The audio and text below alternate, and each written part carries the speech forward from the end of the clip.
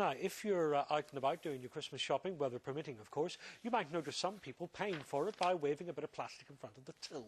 It's called contactless payment. You don't put a card in a machine, you don't need to put in a security code, and it can be used for the smallest of items like sandwiches or even newspapers. But shopkeepers say prices might have to rise to pay for this technology. Here's Brian Milligan. If you're picking up anything that costs less than £15, such as a lunchtime snack, the new technology should speed up time at the till. Shops all over Britain are trying it out.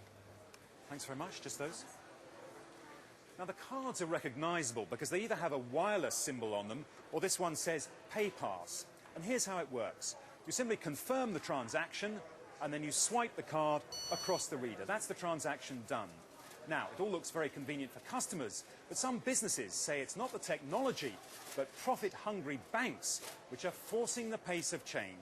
There's a good boy. Come on, This dog daycare business, for example, says it's had no choice but to go at the speed set by the bank.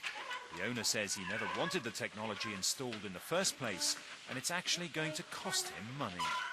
In order to generate the money that they say it's going to cost the business to be participants in the Barclaycard Freedom Scheme, we're going to have to increase our turnover by at least 0.17%.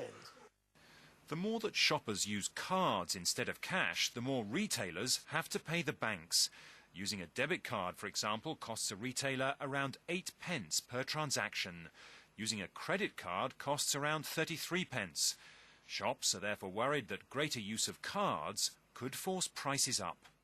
This is only being trialled at the moment. It hasn't actually been adopted. But clearly they would either have to look at narrowed profit margins or some form of passing on of that cost. But according to Barclays, the fact that transactions are limited to £15 means that retailers will be charged even smaller amounts for accepting contactless cards. So they doubt that shops will need to put up prices.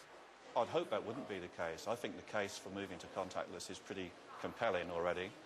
You know, having queue times which are 20% less in a normal retailer or in a very large queue environment, 40% less, yeah, absolutely has to have value to a large retailer. And it's not only shops that are going to be using these cards. They're currently being tried out in a number of black cabs in London.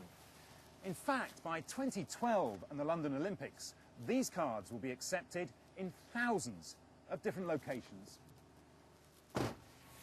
So while questions remain about the economics of contactless cards, larger shops are likely to adopt them.